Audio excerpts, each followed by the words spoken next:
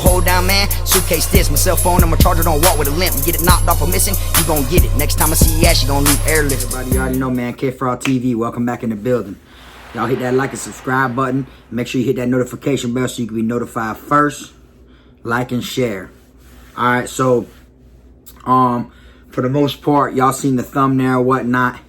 So, I'm gonna be speaking on someone that I was actually incarcerated with that actually caught an ad charge on an officer while I was in there at Charlotte CI or whatnot.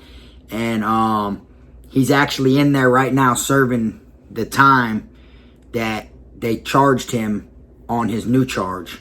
All right, now this is someone that he only had a 3-year prison sentence, first time ever up the road or whatnot.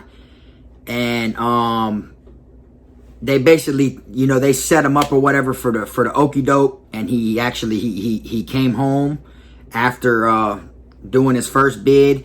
When his sentence was over, he got sent to the main jail in Port Charlotte, and he had to post his bond and come out and fight the new charge or whatever. But they actually sent him back up the road. He caught 4 more years off of this incident that I'm going to speak on. But basically how it went was in confinement or whatever, you know, you're not allowed to go to rec unless you've been already in confinement for at least 30 days. Then you're eligible to go to rec. Well, on this specific day, you know, they brought everyone out for rec. You know, I was in confinement at the time. I was actually on the window speaking to one of my dogs through the window or whatever. So I was facing all the rec cages. I seen the whole thing go down. So basically on this particular day, you know, this they brought all the inmates out there, put them all in their cages for the rec yard, shit like that. Then the officer couldn't get his count right or whatever it may be or whatever. So after about 20-30 minutes, he came back and tried to tell the inmates, you know, cuff up, man, time to take it in. So we had already been back there or whatever to where they've been bucking us anyways. You're supposed to get two hours a yard per week, you know, which is, you know, you're supposed to get, you know, air and all this or whatnot, you know, because you're stuck in, you know, just a straight dim or a bright room 24/7. As soon as it's 5 o'clock in the morning, the lights click on and they're on all day until 11 o'clock at night. So, well, they already had been bucking on rec. It done been about 5 weeks straight since they actually brought inmates out there to the rec cage. So the inmates that was on the rec cage in their little, you know, sections at the time, they didn't want to, you know, cuff up and bring it back in. Like, hell nah, y'all already done bucked us. Y'all been bucking us for 5 weeks straight. You know what I'm saying? We're entitled to these hours out here. There's no, so, you know, a lot of them didn't want to cuff up or whatnot. So the officers played it like, all right, it is what it is. A couple hours later, you know, they came back. When they came back, there was like 5 or 6 of them. They ended up showing up with all the white shirts, which are lieutenants or captains. And when they actually came and they you know, whatnot, they all had gas cans in their hand. They were ready to spray the inmates. Now, most of the inmates that were in their cages and stuff like that, you know, went to strapping up, putting their, you know, putting their shirts over their face or whatever, because that gas is going to hit more than just that individual that they came to gas. So like I said, I was on the window or whatever, you know, speaking to people at a rec. And then for the most part, they went straight up to this individual cell. And by law, they're not allowed to enter the cell without a extraction team. Okay, even if you're not willing to cuff up or whatever the cause may be. You know, they'd have to bring the camcorder, gas you on camera, you know, at least 4 or 5 times. You know, and if you still ain't willing to cuff up, then they got to send the extraction team in. That's when they're allowed to enter the cage. Well, on this particular day, you know, they didn't do that. They walked up, you know, hella deep. When they went near this person's cage or whatever, you know, he backed up and was like, you know, he backed up. He had the thing around his face. So if they gas him, they're like, what are you backing up for? We're not going to gas you. You know, they were playing along like, you're tripping, man. We're not going to gas you. And when they opened the cage, 3 or 4 officers literally ran in there and started fighting this inmate. Like throwing blows at him, hitting him. You know, and then they rushed him. They got him up against the cage and everything. He hadn't fought them back or nothing like that throughout this whole situation. All the inmates in the other cages were screaming. You seen, because in between the dorm I was in, which is the confinement dorm, you know, when we look out, we see the cages.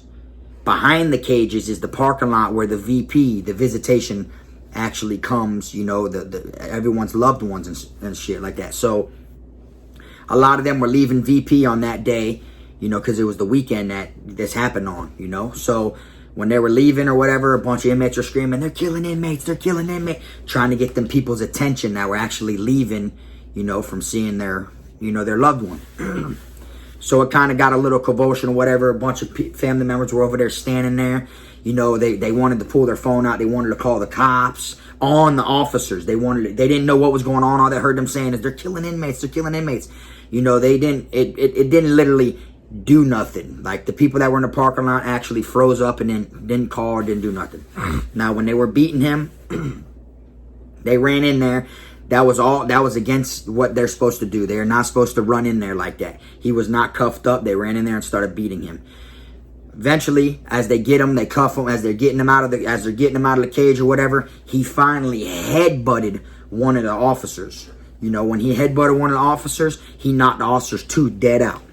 When he knocked the officer's tooth out, you know, they jumped on him or whatnot and everything like that. This is outside the cage, and started beating him. And then they pulled the video camera out and started saying on the video camera that this inmate attacked officer such and such while he was being transported out of his cage, blase squaze, and all the inmates, including me on the window, my bunkie, everyone else that was inside their cells, were all screaming on there, that's a lie, that's a lie. So that way, you know, the recording can be heard on video. Now, when they did that or whatever, you know, couple inmates were screaming, you know, K for all TV, K for all T. And then through this whole situation, you know, the officers went to looking all funny at all the windows and everything, because I had just came into confinement behind K Frog TV. So what happened right after that? They blitzed my room. After they took this inmate out of this cage and everything like that, and they were bringing him back inside the confinement dorm. Probably like a good 2 hours later, they ended up flipping my room, looking in my room. They weren't sure if maybe I had a cell phone and was in there recording or whatever. That's why everyone was yelling K Frog TV. So the gang sergeant at Charlotte and a couple of his officers actually flipped my cell after this occurred. And I wasn't even an inmate at rec that day. You see what I'm saying? So, you know, like I said, they lied on the camera. They pulled the camera out. It was after they did everything they did. So they didn't even get the first part on video, you know, which they're supposed to. And they literally entered the cage 4 or 5 deep and went to hitting him. You know, had him on the ground, punching him when he was in handcuffs. So when he got up, you know, damn right he's mad. He knocked the officer's tooth out. He headbutted him and his tooth came out. Which made it a bad situation is this officer was a TA. He hadn't been there that long, but he was actually real close friends with the warden. So you know it's going to stick. So what they did now, check this out. After they flipped my cell and everything, they got me in the shower and handcuffs. They flipped my cell. They literally moved me from my quad into the same quad that the person who just hit the officer or whatever to where his quad's at. And they have me in there the whole time in the shower waiting for 2-3 hours while he's getting ready to be transported, emergency shipped to FSP. He's going straight to CM, which is where you go, you know, which they call the slab. That's the worst thing they can give you in prison is CM. You know, so he was going there. They had me sitting in the shower waiting, and they literally, you know, they came, the bus came there, they walked up the stairs, had him on video, you know, they had to record him leaving the cell and all that, and they escorted him out and everything, left me in the shower another hour and a half, and then finally put me in the same cell he just left. So I literally got my room moved behind this whole situation, you know. But what made me do this video is a lot of people were literally like, you know, hit me up asking me like to speak on people doing, you know, innocent bids. Is there anyone that's doing innocent bids? And I know for a fact there is. I've came across plenty of them, you know. And then this is one right here that I actually witnessed the crime that they charged this man for. And like I said, he went straight to CM. This was his only prison bid. He had 3 years to do. He went straight to FSP, was on CM for the rest of his bid. When it was time for him to EOS, you know, when the end of his sentence came, and it was time for him to EOS, he was ad charged, You know, they had a hold on him. They brought him back to Charlotte, put him in the Charlotte County Jail, and he had to bond out, and he came to the streets. All right? Now, you know, I spoke to him when he was on the streets or whatever. I pulled up on him or whatever right there in Miami. I seen him and everything like this, and I actually got a video from him. I'm going to show it to y'all real quick. What's up, K-Frog? Boy, K-Frog TV, my nigga. Shout out to that nigga K-Frog, man. Y'all go follow my nigga K-Frog, man. That nigga gangster as fuck. That's the rawest white boy I ever seen.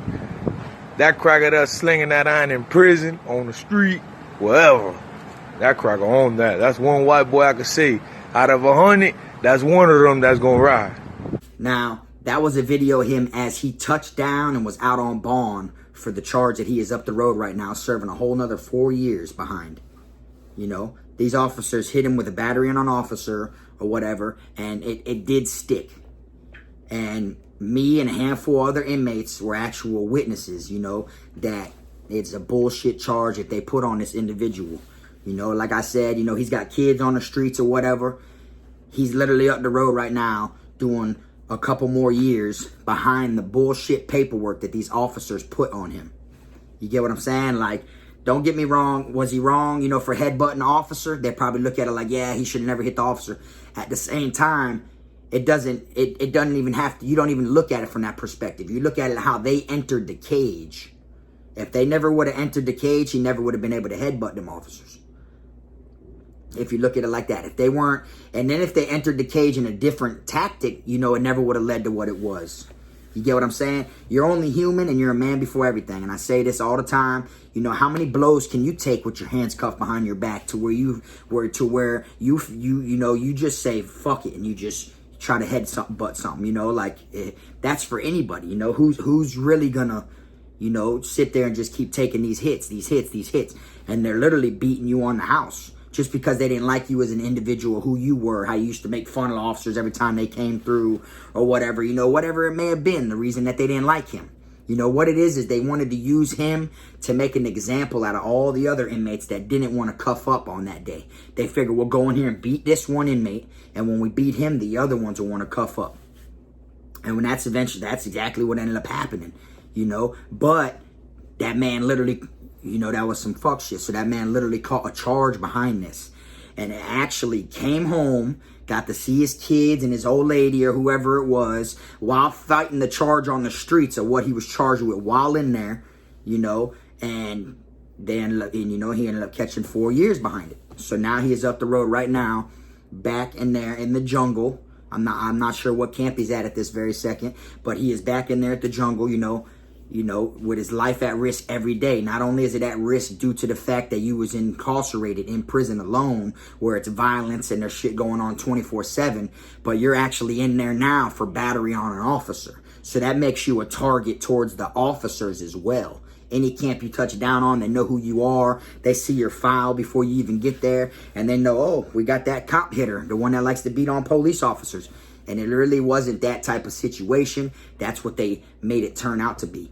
So I just wanted to drop this video and speak on that, because that man is 100% innocent, you know. And he literally wrote me when he was on CM, when I got on the streets. He literally wrote me, you know what I'm saying, and wanted me to be a witness. And, you know, it was like, man, this case I got going on, man. He's like, man, I need everyone that's a witness, man. They're trying to give me 5 years for this. They're trying to give me 5 years. And I wrote him back like, boy, you know, I said, boy, you know, them police, boy, they playing foul games, bro. You know what I'm saying? And then he was like, yeah, I done hit everybody up or whatever, and was like, man, I'm trying to get everyone to come in there. And then through it all, you know, he ended up getting 4 years behind it. You know, it wouldn't matter if he had 50 inmates as witnesses, just due to the fact that that person had the upper hand by calling himself a employee of the government or employee of the state or whatever you want to call it. It made it look some type of way on his behalf. You know, it made it a way bigger chance for the judge to hear him out than what really happened. That's when we say in prison, blue lives matter. You see, because we wear blues in there. Blues is what we end up wearing. So we say blue lives matter. You see what I'm saying? So, like I said, man's 100% innocent, you know. And I just want to speak on this one because this is one I witnessed with my own eyes. Now, I've came across so many individuals that been in there, you know, that are just, they're innocent, but, you know, they don't have no voice. They don't have no one to hear or speak for them. They don't have the money for a lawyer. They don't have no one on the streets to get the process rolling. You know, there's a whole bunch of things. You know, like my old boy used to tell me when he was alive, it's so easy to get in, but it's so hard to get out. And that's exactly how it is. It's so easy to land in there, but it's so hard to get out. Okay? Now, you got people in there they call jailhouse lawyers, which are the ones that gonna speak on, you know, and help people with their cases and find loopholes in cases, you know, and they're good. They're good. You know, they got people that appeal DRs for you. You can hit people up they be in the quads and they literally, they appeal your DR and write your DR so legit and they can appeal it, you know, but at the same time, a lot of them people, you look at it like, okay, if he's such a pro at appealing DRs, why he's still stuck back here? If he's such a pro being a jailhouse lawyer, why'd he get convicted? And why is he doing an elbow? Why has he got a life sentence? You know, because every case is different, you know, and like what I mean by that, by every case being different, is it ain't always got to be a guilt to have an inmate in there. It can always be some other shit. You know, they literally house innocent individuals. You know how they say, oh, like on the show Cops that used to come on, you know, all people are innocent until proven guilty by a court of law. That isn't true. They look at you like you're guilty off rip, you know. And I had my judge tell me straight up when I was in court, you know, he said, well, you could take it to trial. I'll give you 20 years. You could take it to trial and I'll give you 20 years, but it's appealable though. So then you could probably come back in the future or whatever and explain your story again, and maybe it'll sound better, and then it's appealable. You know, maybe it'll sound better and it'll work out for you. But I'm sitting here looking at him like, you're telling me on record you're going to give me 20 years if I go to trial? Why wouldn't I just, you know, take this 5? You see what I'm saying? So there is a high percentage. I'm not going to say 90%, 80%, but there is a high percentage, and I can't be exact to how much that I mean, but there is a high percentage of innocent convicts, or innocent inmates, I mean. They're not convicts yet, but innocent inmates behind this justice system. You know, if they feel like they rather convict an innocent person than to let someone guilty walk. That's how it is right there, if that makes any sense. They rather convict an innocent person than to have someone who could possibly be guilty walk. That's just how it works. But anyways, man, I want to say free my dog or whatnot. You feel me? I don't want to throw his name out there like that. You feel me? Because he's still incarcerated. But, you know, like I said, man, there's a lot of fucked up shit going behind this or whatever. But, that man is 100% innocent. He's serving free time right now with his life on the line every single day in prison down here. You know, that's just what's fucked up. You feel me? But anyways, I appreciate everyone that's been tuning in or whatever. Y'all hit that like and subscribe button. And until next time, man, you already know this is K-Frog.